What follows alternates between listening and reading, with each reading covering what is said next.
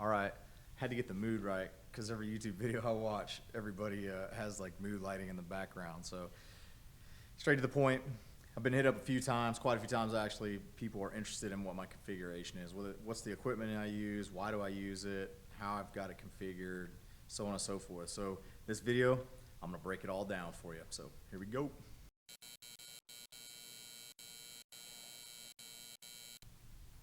All right, first things first, the radio, my controller.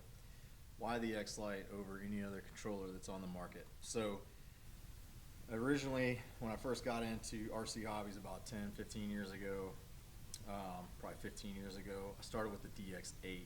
That was my first radio. That thing was pretty massive. Then I went from the 8 to the 9, which was a little bit heavier. However, those radios were pretty solid, right? They felt good in your hands. They were heavy. They had weight. They were durable. A lot of features and functionality. As I moved from there, I was always, for me, I'm always looking for performance, right? Like I want smaller, faster, lighter. So I always had to wear the dingle dangle necklace or a neck strap, which I didn't prefer. So I was always trying to get lighter and more comfortable. With the advent of these smaller game controllers, you know, a lot of money and research has gone into the form factor and design for comfort purposes for the user, right? So then came the Tango, the original TBS Tango. I bought it because it was a little bit more ergonomic, lighter, but it was still pretty big. It was still pretty encumbering. Then from there came the X-Lite, the original X-Lite. This is the X-Lite Pro. The other one was just the standard X-Lite. When I bought that thing and I first tried it, it actually felt really good in my hands because that's really what I wanted to do, is be able to fly comfortably, where I didn't feel like I was fighting the size of the controller or the radio. I wanted it to feel natural in my hands, kind of like any other job you do that requires the use of your hands and your fingers. You want your tool to fit comfortably in your hands so you don't feel like you're having to work against that tool. Same thing with the controller. That was the logic I applied. A lot of money had been sunk into the research, so I was like, it's got to work. So back to this, the X-Lite Pro, it has the rubberized grips, the rubberized front face.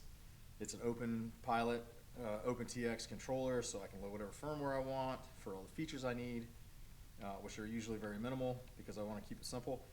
But that's, again, why I chose this radio. Now into the specific details of this radio. For one, I can hold this thing in any position I want. Seated, standing, upside down, right side up, doesn't matter. No matter where I put it, it's comfortable. I can hold this thing anywhere and it feels good. So that is why I chose the radio I chose. All right, next up, the method in which I hold my radio. So the pinch or the claw or the hybrid versus the thumb pinch. You know, many schools of thought and all pilots are different. Everybody wants to do it their way, and we have that prerogative. You know, free world, we can do what we want to do. I started out with thumbing, so I thumbed for about 5 years, and then, you know, I could never get that real precision that I was looking for, right? So I started to do research, and then I found, I've talked about this in previous videos, but I found an VBAT video talking about transferring from thumb to pinch when you're flying. So I figured I'd give it a shot because I'd seen a lot of the other high-end pro pilots use that method, the pinch method. So I started with that for about a week, and I kind of struggled. It was challenging to go from thumbing for so long to a pinch method. However, once I got the hang of it, I really liked it. I thought it was like, wow, now I have much more control and precision over my movements because I have two appendages holding the sticks versus just a thumb where you don't have that. Now granted, some people have like iron thumbs, so you can get that precision, but you know, you think about doing something with one arm, right? Like, let's say holding a pistol, for example, with one arm and then taking shots. Your shots aren't going to be as precise. When you bring that second hand up and grab that pistol, now you have much more stability, much more control, and you can be more precise, more accurate. Same principles apply to flying the drones. So thumbing, I would equate to weak hand, and then you want to go strong hand and start being more precise.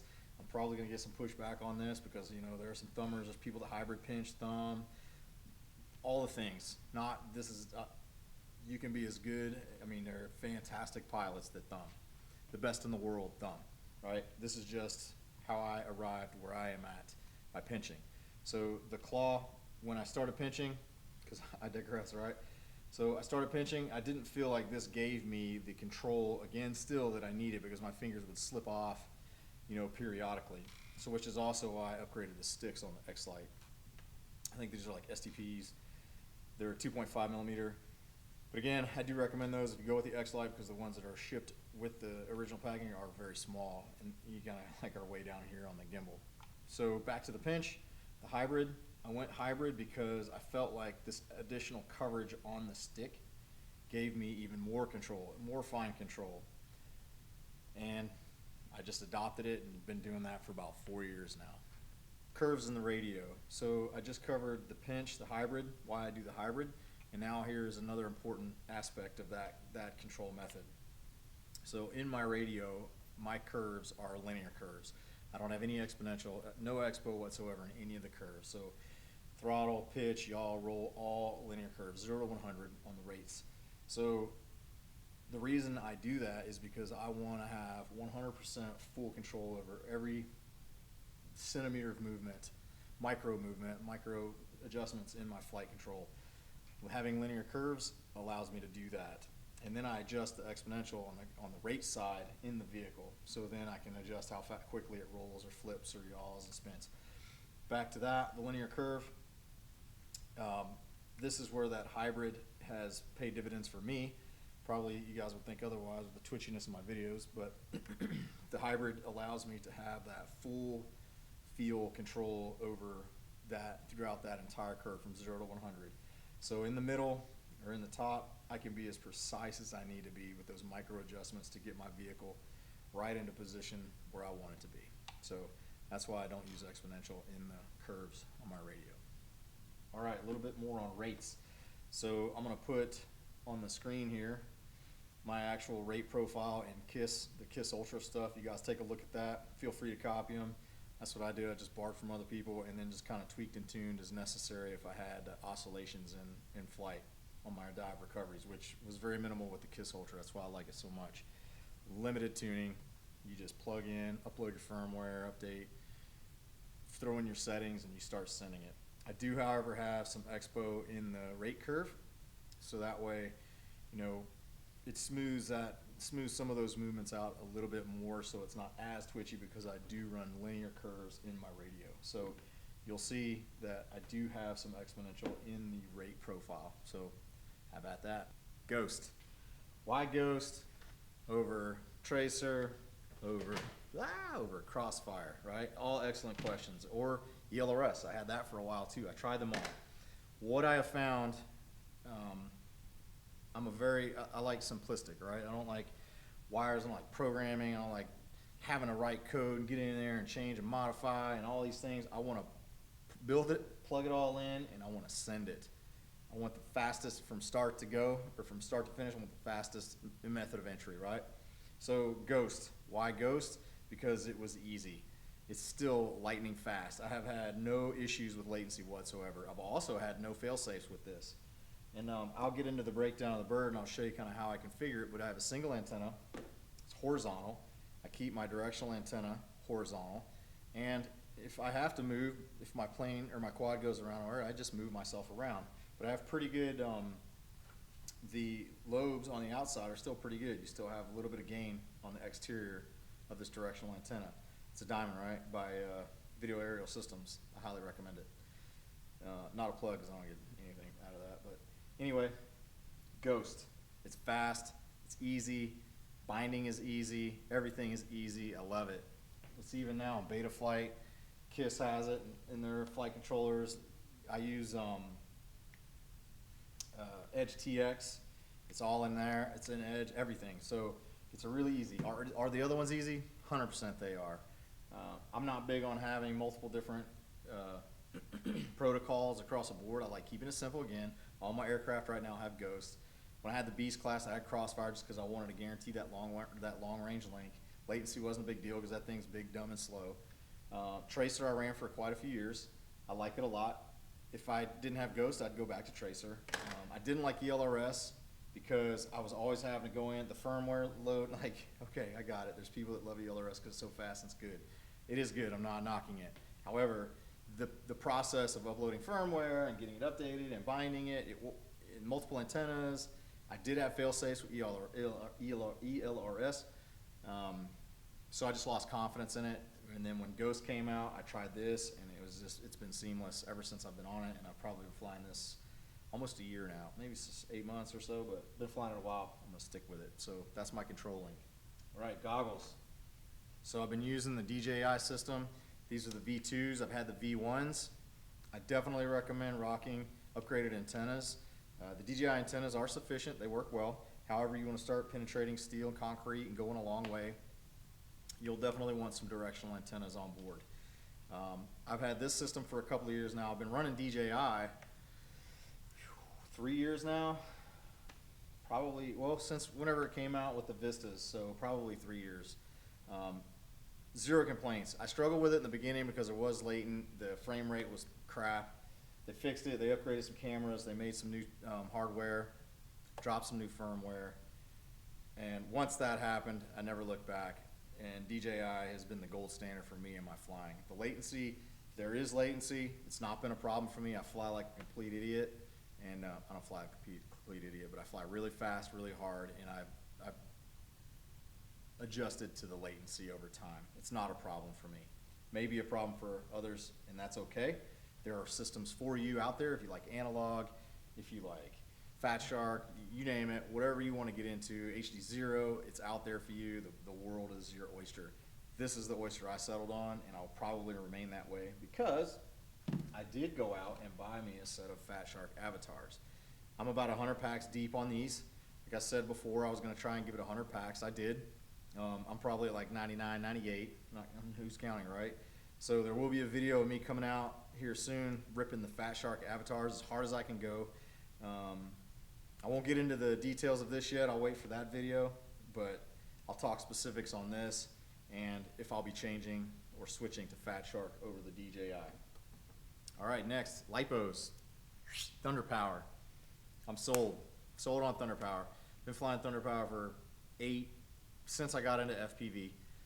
Tried, even my collective pitch helis, I had Thunder Power. So I've had Thunder Power, Tattoo, Gens Ace. I never tried any of like the low end brands just because I never had luck. I tried the ready-made RCs, didn't have luck with those. Sorry, ready-made. I won't throw you under the bus. I just didn't have luck with your batteries. I do use your batteries for a goggle battery though. My 4-cell Lipo batteries are ready-made RC. And also my wing batteries are ready-made RC, so I'm totally throwing you. I have had luck with the Lumineer, their high output batteries. I've had really good luck with those. I use those in my Beast class. But when it comes down to performance of my quadcopters and reliability, I gotta say Thunder Power has been my gold standard. They've also been hooking me up. You know, I had kind of like this pseudo sponsorship back in the day. They still give me a discount, but I don't get any kickbacks. But I'll promote their battery even if they didn't give me a discount because it's just that good. I like good things, and Thunder Power batteries are good things. So Lunar Landers, 1100 milliamp, 6S, 100C, it's quality. I beat them down. You guys, again, see my videos. I take them down to like 15 volts, 14 volts. The other day I flew one, or the other week ago, I flew one down to like 9 volts. Let it sit, comes right back up, charge it slow, get my voltage back, send it again. Quality batteries. Love them. All right, let's get into the frame. What I fly and why. So before I get into that, I'm going to give a huge shout out to my man Jax 3D, the Triton. Hey, I took it apart. Sorry, I'm like working on it. Had to replace some parts, but the Triton, dope frame. My dude, everything I've asked, he has sent and supplied. Not sponsored by him, not getting paid by him, whatever. Just kind of promoting his frame. It's awesome. Jax 3D Triton, look it up. It's durable, flies great, it's True X. Been bashing this one around a little bit. I need to actually get out and start flying it some more. But my primary frame is the Apex. Why the Apex? Well, because I've been flying for like 2.5 years now, but one, it's the most durable frame I've been able to find. I do typically fly other frames and designs because I want to try and fly. I don't like to be like stuck with one thing and then they discontinue it for whatever reason and now I don't have a frame. I gotta go find it. So like the Triton, I do fly stuff on the side, or even like the Fat Shark Avatar. I'll try other systems on the side. I don't really talk about them, and I don't really promote them. Because if I don't end up liking them, I don't want to tell you all and be like, oh yeah, this frame is awesome, and then it ends up sucking. Like a week later, I smash it and crumble it up. But Triton is not that. I've had pretty good luck. My man Jax 3D, dude is super responsive. Do look him up. It's an awesome frame. I want to keep flying that one as a secondary backup. But primarily, the Apex is my go-to frame. Super durable. I rarely break anything, and I hit everything. I hit everything really hard. You'll see videos out there, people talking about, you know, this, that, or the other. You got to do you. Whatever works for you, that's what you need to have, and send it. So the Apex, that's my frame. Now let's get into the meat of it. Inside the frame, I run KISS Ultra. Been flying KISS Ultra since it came out. I don't know how long. That's probably 6 or 8 months. But I've been on and off KISS for at least the last 3 or 4 years. I had like some of the legacy KISS stuff, had a problem with the 4-on-1, used to catch fire. Then I got on a Fat Tech, flew that for a while, had issues with the Fat Tech, and then I got the KISS Ultra when it was released quite a few months ago. Haven't looked back. It's tuned, my man Crunk, their baseline tune is baller, can't say enough about it. Back to the simplicity of how I run my rigs. I don't like tweaking and tuning, man. I like to get out there, load the firmware, load a preset, and start sending it, and KISS gives me that. I know Betaflight 4.3, you can do the same thing. However, I just don't, you know, when people will argue back and forth about feel, I'll tell you what, feel is real. It's a thing, and the KISS feels good. So take that for what it's worth. I fly a lot of packs, and I can feel the difference in the firmware and the controls. KISS, I'm not gonna say one is better than the other because they're both very good. I just prefer KISS over the Betaflight stuff. Betaflight 4.3 is also very good, so don't take that as me dinging on it, because I'm not. So flight controller is KISS. It's the Ultra. I will say one thing about the KISS Ultra. I am still running the FetTech ESC 4-in-1. It's the 45 amp until somebody comes out with a durable, either KISS or FetTech. You guys need to get hot, come out with 60 amp 4-in-1. I don't know if that's a thing, but it needs to be a thing. There, I said it. The ESC I run on this is the FetTech. I used to run the Power. This is not a tech video. This is just a what I run video, but I will give you guys this tech tip because I burned up a few KISS Ultras and they're expensive. I used to run my Power direct from the ESC pinout to the pin in of the KISS Ultra. I no longer do that because during a crash or hard crash, which I have frequent, I would get these spikes, and I run 2 caps, right? 2 capacitors, one with a spike absorber and one without. Some of my birds actually have 2 spike absorbers, 2 caps. Every bird I have has 2 capacitors and at least 1 spike absorber. However, I would still get spikes that would fry the KISS Ultra. Got really expensive, so I was like, you know what? I'm getting spikes through the line. Maybe if I wire direct, maybe it's a placebo and I could be crazy. I don't know. But since wiring the VBAT direct to the VBAT pad on the KISS Ultra from the power lead on the ESC, I have had 0 out of 0 spikes and fried KISS Ultras. Why? I have no idea. Maybe because the spikes don't transfer from here to there through this line. It usually spikes through the ESC and then through that line and out. I'm not an engineer, but what I have experienced is a high success rate of no failures running the VBAT direct to the flight controller from the power lead on the ESC. All right, let's talk video system. Again, tried and true, simple. Cadex Vista. I think these are probably going to start going away. I bought stock in Cadex. I just bought up a bunch. I run the Cadex Vista transmitter on the back, Cadex Vista Nebula Pro in the front. And then my camera angle, I've been measuring it out across my quads, and what I've found is most of them are around 50 degrees. So let's see if I can get that thing lined up for you. I'm not going to be able to hold that level and steady, but it's basically level, and that one's about 45 degrees. You're not going to be able to see it. I'm not going to show you. However, all my quads I run 45 plus degree up tilt. Why? Why do I run that? I run that because I don't edit speed into my videos. I think that I'll classify my flying as a little bit different than your traditional FPV footage. And And by that I mean I want to be more performance oriented. Could I go out and do flow? Could I go out and do cinematic? Could I go out and be artistic? Absolutely, right? I could spend all my time doing artistic, cinematic, flowy videos. However, that is not what I enjoy.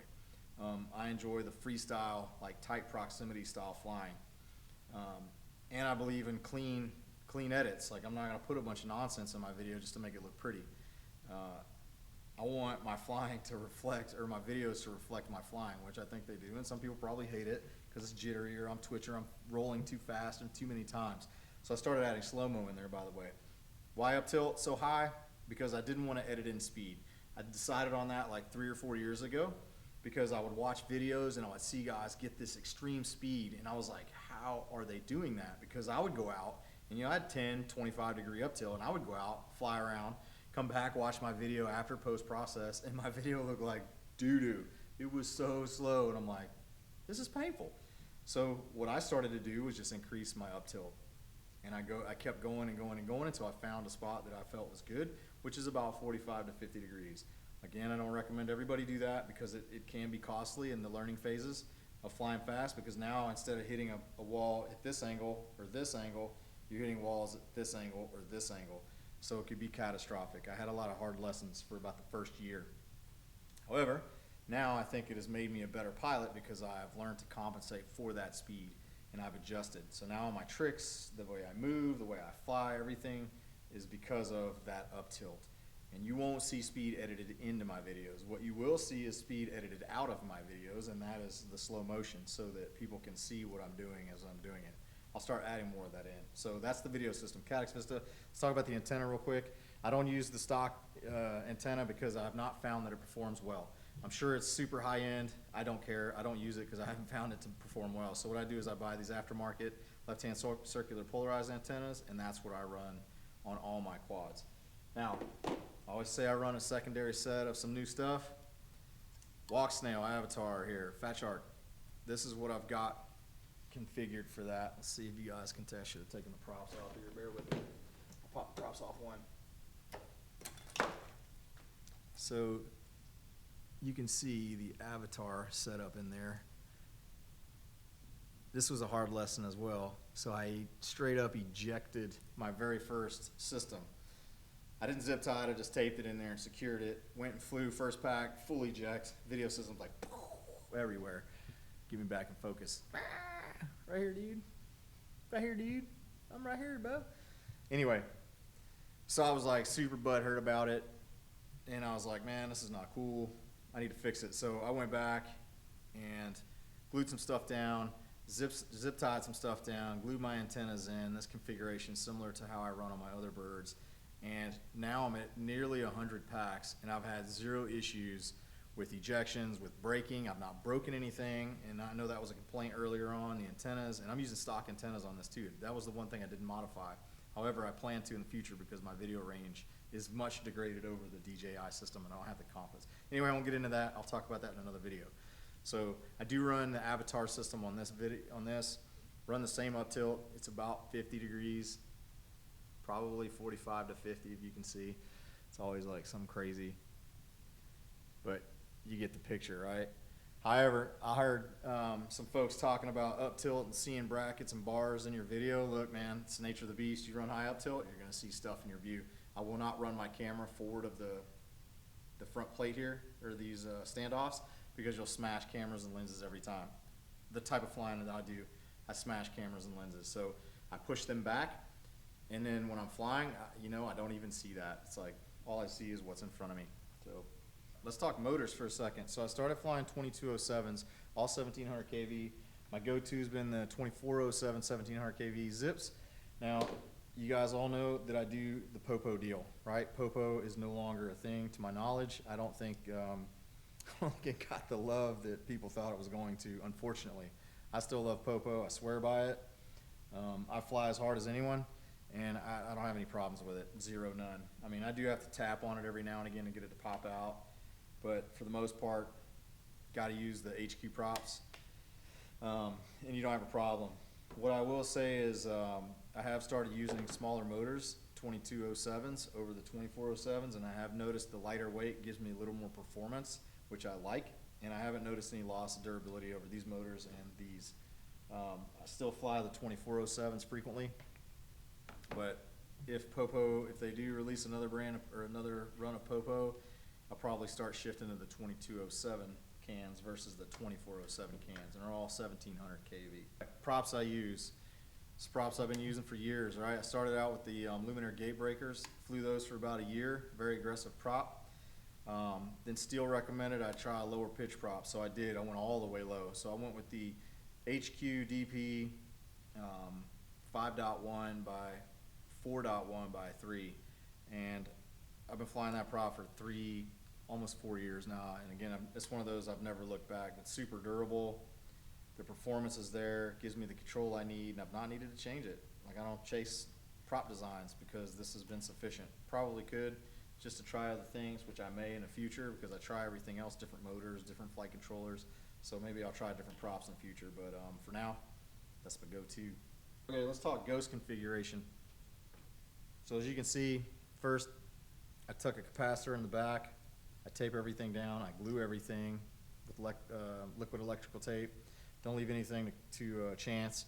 Tape everything down, take capacitor, tape them down, tape my receiver down, and then I run my ghost antenna horizontal underneath the frame, the camera frame here. So the ghost is taped to the top of the capacitor, which this is taped to this. Now, again, the pros will be like, why are you taping? Well, I'm taping because I break stuff. So here's the deal with tape, right? I use the double-sided tape. It has 0 times out of 0 in about 8 years has it failed me. I used to eject these cameras on the regular, right? These bolts would come loose in a crash, the plastic frame would crack, the camera would eject. I would always have these ejections, and I got sick of it.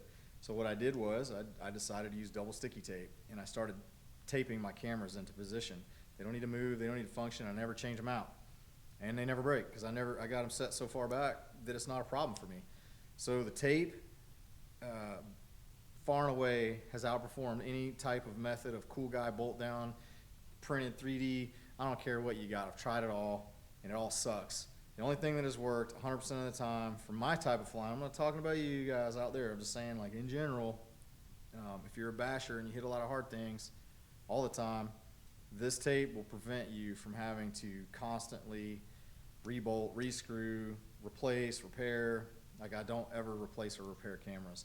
I've replaced the cables more than I've replaced the cameras, and even the VTX has been pretty durable. So I do recommend you taping it in place, but that's why I tape versus use screws. But again, you'll see that I've got the ghost in there horizontal mounted, and it's out of the way, and it's safe, protected. All right, last thing, flight camera, DJI Action 2. Why the DJI Action 2? The video quality I don't think is as good as the GoPro. I prefer GoPro footage over the DJI Action 2 footage. However, this thing is quite a few grams lighter than the GoPro. It's not as fragile as a GoPro, and it flies way better on my quad than a GoPro.